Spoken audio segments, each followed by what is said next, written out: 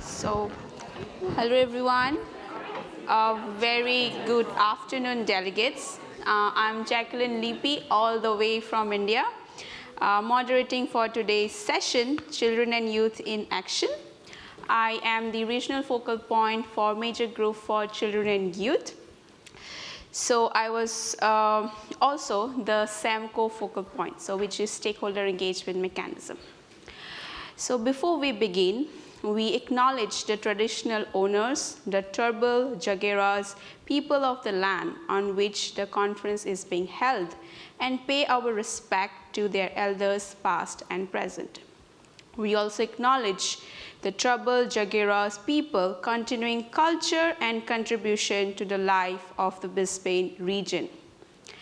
In the spirit of reconciliation, we extend our acknowledgement to all the Aboriginal and Torres Strait Islander people as the traditional custodians of the country throughout Australia. And we recognize their continuing connection to land, sea, waters, and community.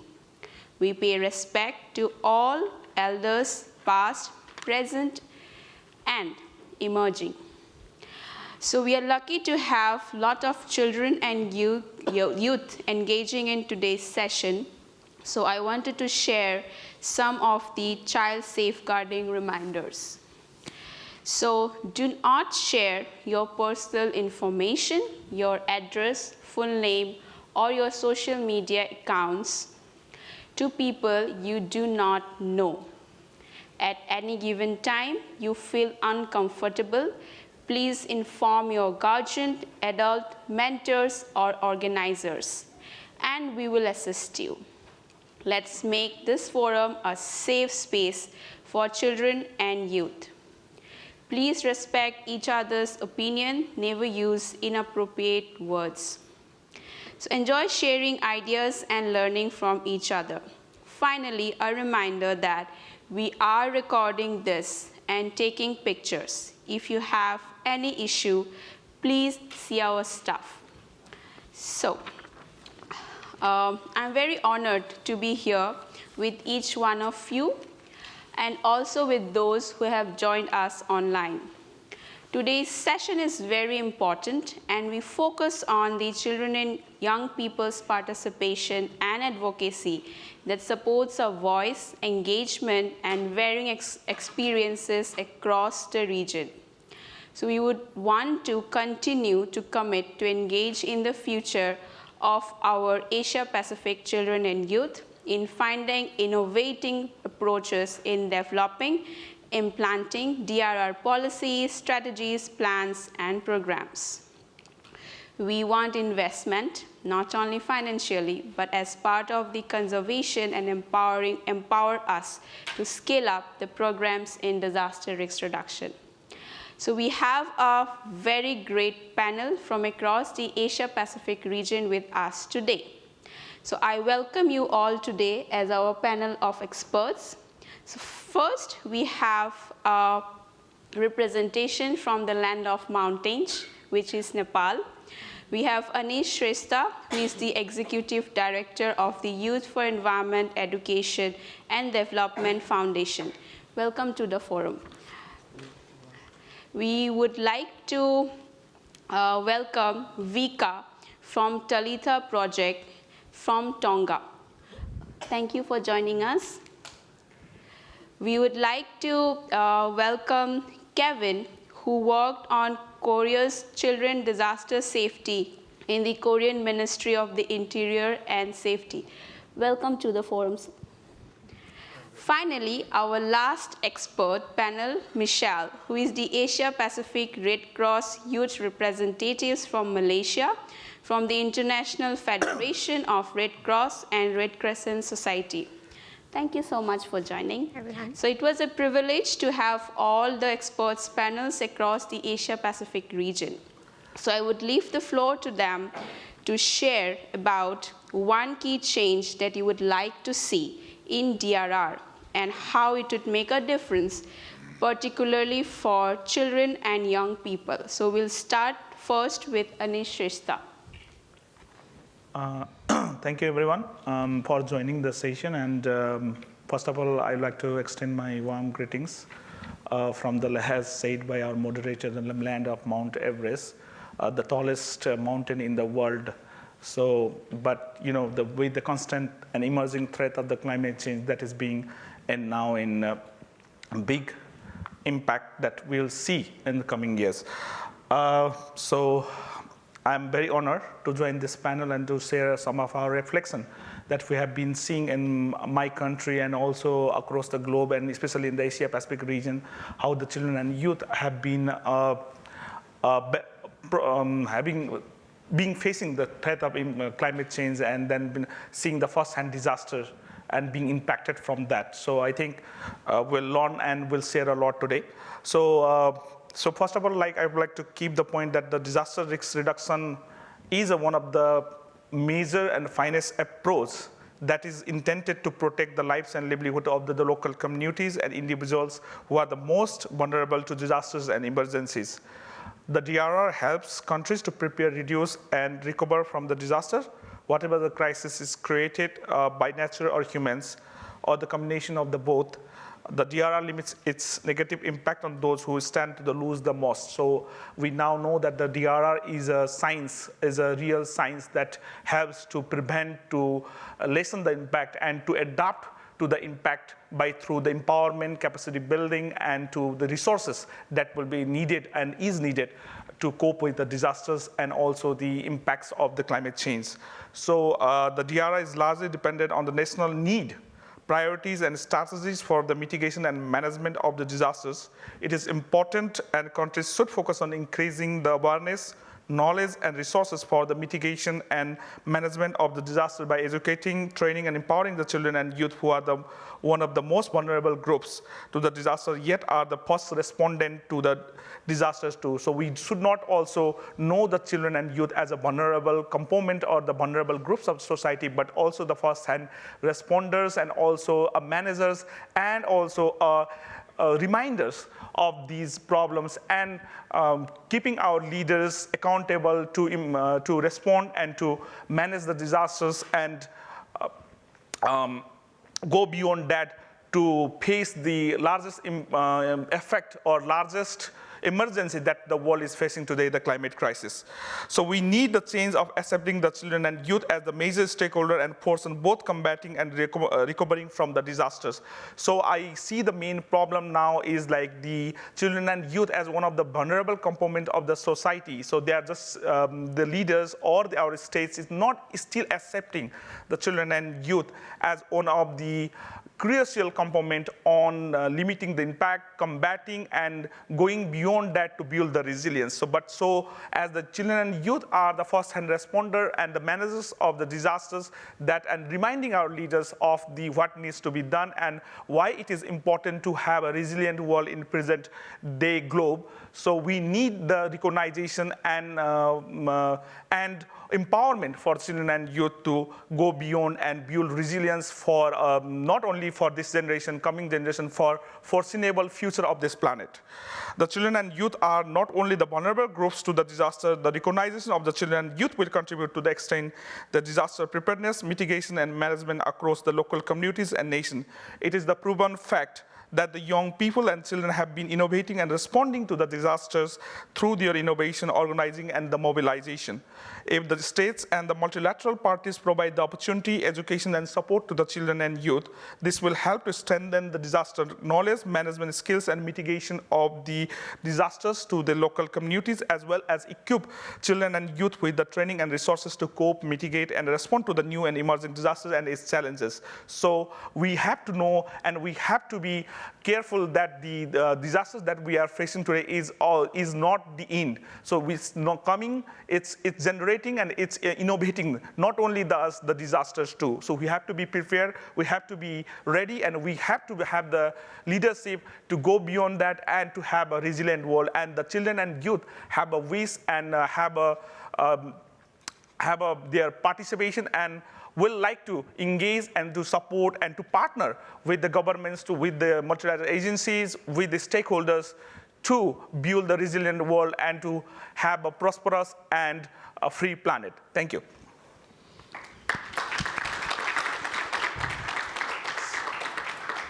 Thank you so much. Very well said. Children and youth are the first-hand responders, and they can contribute to strongly in DRR. So now let me move to Vika. So what your take on this? So I'll be a little bit strict with you. So you have 1 minute and 15 seconds. Maloi lele everyone. I'm honored to be in this panel. Thank you once again for the invitation. Again, I'm Vika Saveti Lolesio.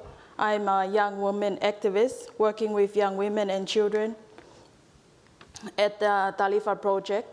Talifa Project is one of the members of the Shifting the Power Coalition. One key change I want to see in disaster risk reduction is to have more programs addressing psychosocial effects before, during, and after disasters for youth and children. Talifa's approach to reduce disaster risk reduction is that we create safe space for young people, especially with young women and children, to understand and process their trauma in a healthy way and access support from their peer. After the two catastrophic events that happened in Tonga, the Hunga Tonga Hunga Hapai volcanic eruption and tsunami, and as well as the COVID-19. An example from the aftermath of our recent Hunga Tonga Hunga Hapai volcanic eruption and tsunami, when we were doing our response and recovery, from the evacuation center, we took games and coloring books to the evacuation center so that children could understand and process their trauma in a healthy way and access support from their peers. A 9-year-old girl drew a picture of her and her parents on the roof of their house, while the tsunami swept through the island Atata. Why this is important is because we want children to safely express, understand, and process their trauma in a healthy way and in a safe space as well. This is how we build the resilience of young people and children, and young women's leadership is very important in providing this psychosocial support. Thank you.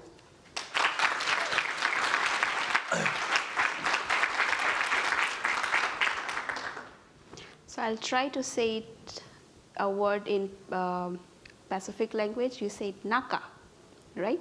Malo. Yes, thank you so much for sticking to the time and bringing the topic of safe space and psychosocial support. So now let me move to Korea. So Kevin, the floor is yours now. 안녕하세요, everyone. 안녕하세요 means hello in Korean. I'm from South Korea. I'm working with the Ministry of the Interior and Safety, South Korea. Today, my point is two things. One is the importance of safety education for children and youth. So we made a Korean school safety program, which is co-developed by UNDRR Incheon office and Korean government. The program is based on Sendai framework for children. So the program used various powerful materials, that risk-land game and then hazard bingo, something like that. Later, I would like to share like that materials. My second point is how can government and then other sectors organize system or make a platform for safety education for children and then children's participation. So I made a metaverse-based school safety program. As you know, that metaverse, very interesting. In our metaverse-based school safety program, children can access easily, and then children can play a game in the digital space about disasters. We're going to put a risk-land game in that, metaverse-based program. So our program use like that cutting-edge technologies. It is very effective for the safety education. You know that we experienced like that pandemic. So during the time of pandemic, we use like that online some various materials. I think there is a very important point. So that's all my point. Thank you. Oh, thank you so much. And thank you for bringing in the point of school safety. So also we had a morning session on comprehensive school safety. So I think it's loud and clear that we want to prioritize that and continue with the school safety programs. So now, Michelle, over to you. Thanks, Jacqueline. Hi, everyone. My name is Michelle, and I'm very proud to be representing the thousands of millions of Red Cross and Red Crescent young people who are tirelessly working on the ground every day, even this moment while we speak, right? So I think throughout this week, it has been frequently mentioned that children and youth are among the most vulnerable constituencies when disasters or emergencies strike, and that they continue to face long-term developmental impacts after the occurrence of disasters. Therefore, I strongly call for more active and meaningful engagement of young people from local communities who are at risk or prone to disasters at the policy and decision-making tables.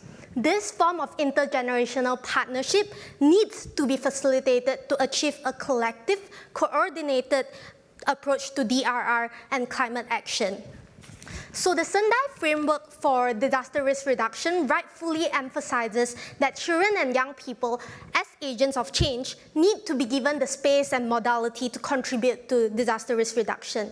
As such, it's crucial to channel more investment on children and youth-led local actions and innovations to provide young people with the autonomy to make decisions, as well as a safe space and enabling environment so that they are able to devise and experiment with new solutions targeted towards the communities that they live in, which are also the communities that they know best themselves, so that together we can better anticipate, mitigate, and adapt to the risks of climate-induced disasters and emergencies.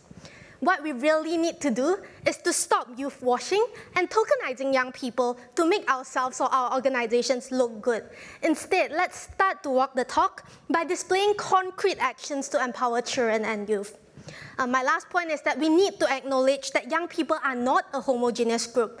Many of them have increased vulnerabilities due to factors such as disability, gender identity, and socio-economic background, among others. So implementing a blanket approach to youth engagement will not work. Instead, measures will need to be tailored and adaptable to ensure that they are accessible by children and youth from low-resource environments as well as marginalized communities. Together, we need to trust that young people can drive positive change, and we need to practice listening to and working with children and young people to address their needs and vulnerabilities. Thank you. Thank you so much.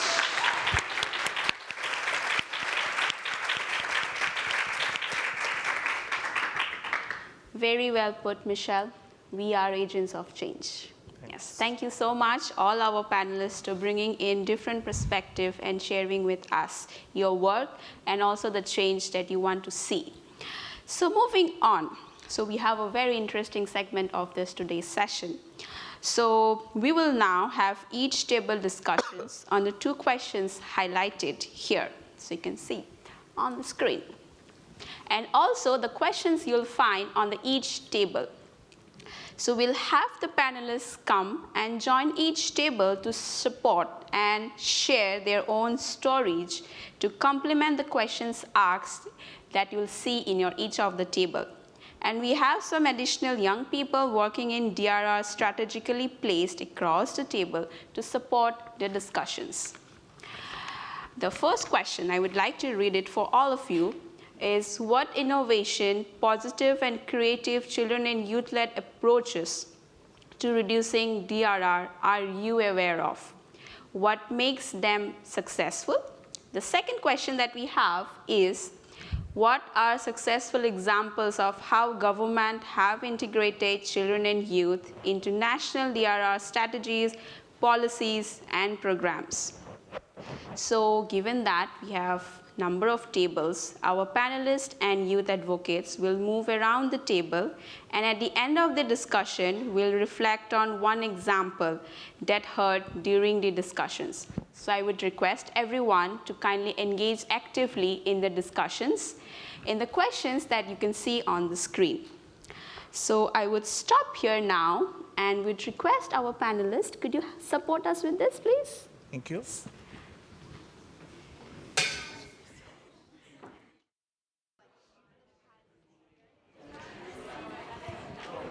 Hello, hello, hello. Hello everyone, may I request all our panelists to back to the stage. And thank you so much for such a rich discussions that is going on.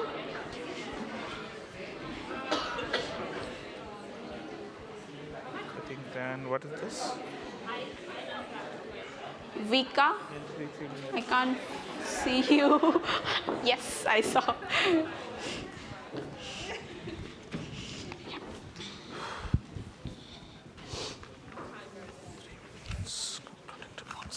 Hello? Oh, it's already activated now. So thank you so much for such a rich discussions. I've been to a few of the tables, and I guess the chat and the discussion that is going on through our young participants is just amazing. So yeah, I think I'm overwhelmed with the ideas and the discussions that has been going on with the table. And I just got very quickly 2 points from a very lovely girl from here. So she said if we have to prioritize SDG goals, just 2. So she mentioned climate action and end of poverty. So such a lovely thought it is. Let's give a clap. Okay, another point, maybe I should share this. So children and youth wants more information on DRR and climate action policies. So government should share more about what they're doing, about the programs, about the policies, so that they're aware what is happening around and what's being done by the government. So with this, I think I'm sure our panelists have got more such rich discussions, right? So let's hear it from Anish. Yes. I'm the first again. So thank you, Jacqueline, for bridging this conversation. So I think we had excellent thoughts being transferred and also to be explored and exchanged today.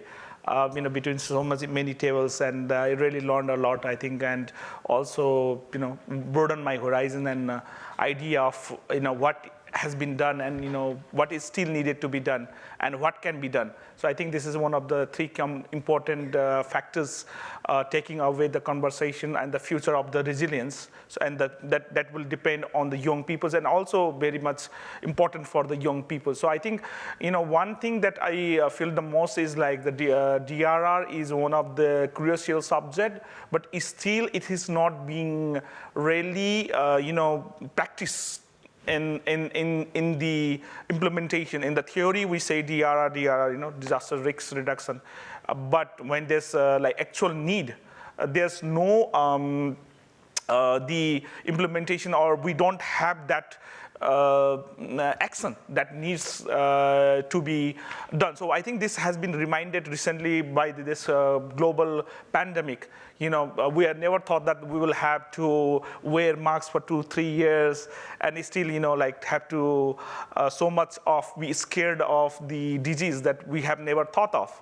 But, it was in the reality, it was very sudden, and no one was prepared. Even, I think before the COVID, I could, I even didn't know so much about the sanitizer. So I think these are the things that, needs to be discussed, and being ready to the, to the schools where we first learn, and also to the home that we come from. So I think from the parents to school, and then when you are adult, and then you go to the colleges, the universities, then you have to have that kind of knowledge, and then not only for you, and then if someone doesn't know that, then you have to get ready to transfer it to others, so that they will transfer again to others. So I think this building a chain is very important. So chain of positivity,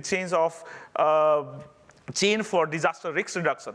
So I think that we should have to have a disaster risk reduction the capacity leadership ready. So I think for that, one lady recently spoke with me, and then she was sharing the idea in one of the tables here, that we have so much of the discussion on the climate change, and that's very much interlinked to the disaster, but yet we don't have the DRR practice or the DRR organizations, especially centering to children and youth, to get them facilitate and to have them knowledge and skills ready when the disaster strikes. So I think the idea, might be like establishing the DRR, clubs. So I think, my school days, so I heard a lot about the eco clubs, and it was so much popular, and that started the idea of the preservation of the environment. Similarly, with the DRR approach, we should have that started from the school. I think that is going to take a lot further and generate a new leadership on DRR. So I rest here for now. Thank you so much.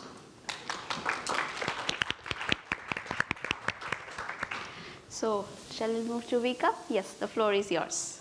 Thank you, Jacqueline. I think most of the things that I was about to share have mentioned by Jacqueline and Anish. I just want to add on something that I took from while on table discussion. One of the young people were saying that if we're creating programs for young people and children, we should know what their interests are, and not only their interests are, but and that doesn't mean for us to forget about older generations' experiences, but also we acknowledge their experience as well. And another thing is all the programs should be fun and engaging, because hello, we're talking about young people and children. It should be fun and engaging. Otherwise, you'll be talking formally to them and they'll all fall asleep. So we should make sure that the programs that we are running should be about children and young people. I'll just give an example from a work from Dalifa project. After a recent volcanic eruption, Hunga Tonga, Hunga Hapai volcanic eruption and a tsunami, the Dalifa project ran a radio program for young people, and that was on the second week of February. This this radio program was run in one of the popular radio in Tonga, and most of the youth listened to this radio. So on the second week of February, we created this radio program, providing positive vibes for young people and children, and each week we have different speakers, different experiences, talking about their own experiences, making young people utilize their time, because right after the volcanic eruption, then we had our COVID-19 lockdown. And so when we were going around delivering, distributing humanitarian aids and kidney hygiene kit and what have you, we were listening to the radio program.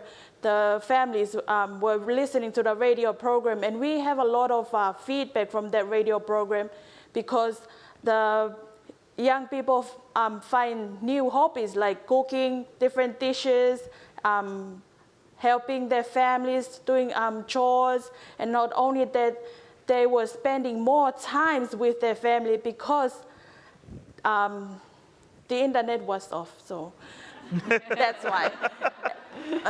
But we should create more programs, that fits for the situation. So I'll rest for now. Thank you. Thank you so much.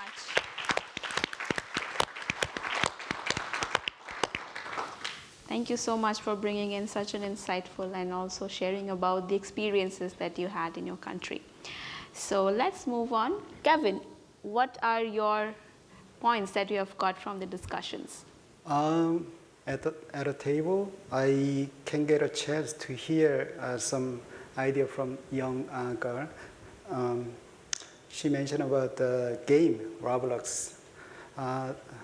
The young guys are like that Roblox game. It's similar to our program.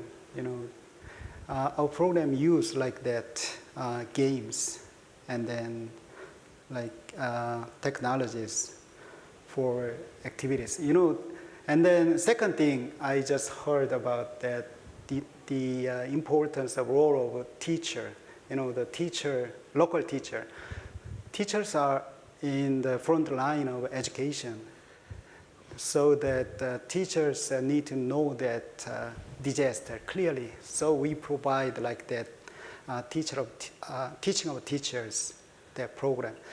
So to sum up, that safety education is a little bit boring. So we need to make that boring safety education interesting and participating using like games and then like technology. Second things, the safety education is a little bit fragmentary. So we need to make fragmentary safety education comprehensive and then applicable safety education. That disaster is not so simple. There's some context. So we need to think about it. Last point is about the deviation. That there's some deviation in South Korea. That our country has a lot of islands and then mountainous areas, so that students living in island and mountainous areas, but environment is different compared to cities. So we need to reduce that deviation and difference. So we need to use like that program. A metaverse-based our school safety program, the digital space. It's easier to access. Anyone can access like the program. So we need to make that deviated safety education like unified safety education. That's all my point. Thank you. Thank you. Thank you so much. Oh, I don't see everybody clapping. Can we have another clapping? But yeah, we have the internet. Can't help it. We have the internet right now. Can't help it. Sorry. So yeah. So next, go to Michelle. Yeah, I guess being the last speaker today, I would just like to emphasize on one point really while going around the table, which is back to something I mentioned in my earlier speech about child and youth-led community action. It's really very impressive to listen from you on your concrete examples of how children and young people are really taking action in their communities. I was earlier at this table down the front here, where they shared about how they have actually fundraised to address food shortages within their communities when disaster strikes. The primary school student in that table, because she lived in, I think she attended school in a flood-prone area, and because of the flood, her school was completely destroyed and they had to relocate to a university on top of the hill. And what they did then to respond to that experience is really then to launch an entire online campaign to spread awareness on climate change and floods. And they even have a music video that's published on their school Facebook page. And I believe they are also inviting people to join along and sing along and advocate as well as raise awareness on these issues together with them. Of course, I feel like I'm doing a disservice here speaking on behalf of her. So please talk to her to know more about what they are doing within their communities. It's really very impressive because when institutions, and I apologize if I offend anyone, government fail to act swiftly and quickly, it's always the community that steps up and responds to the needs and ones of their communities in times of emergencies like this, right? And when it comes to governments having best practices in the DRR space, engaging young people and children, I think the examples of best practices are also when the government really listened to their community. I was at the table at the end there near the exit,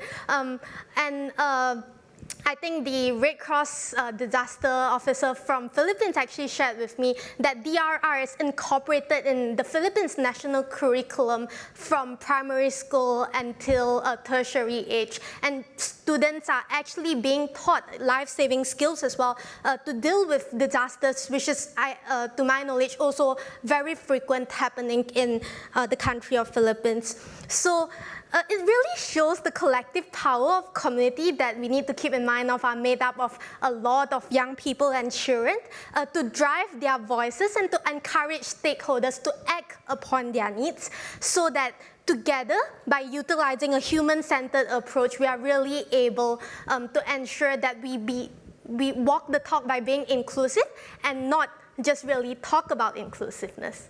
Thank you. Thank you so much.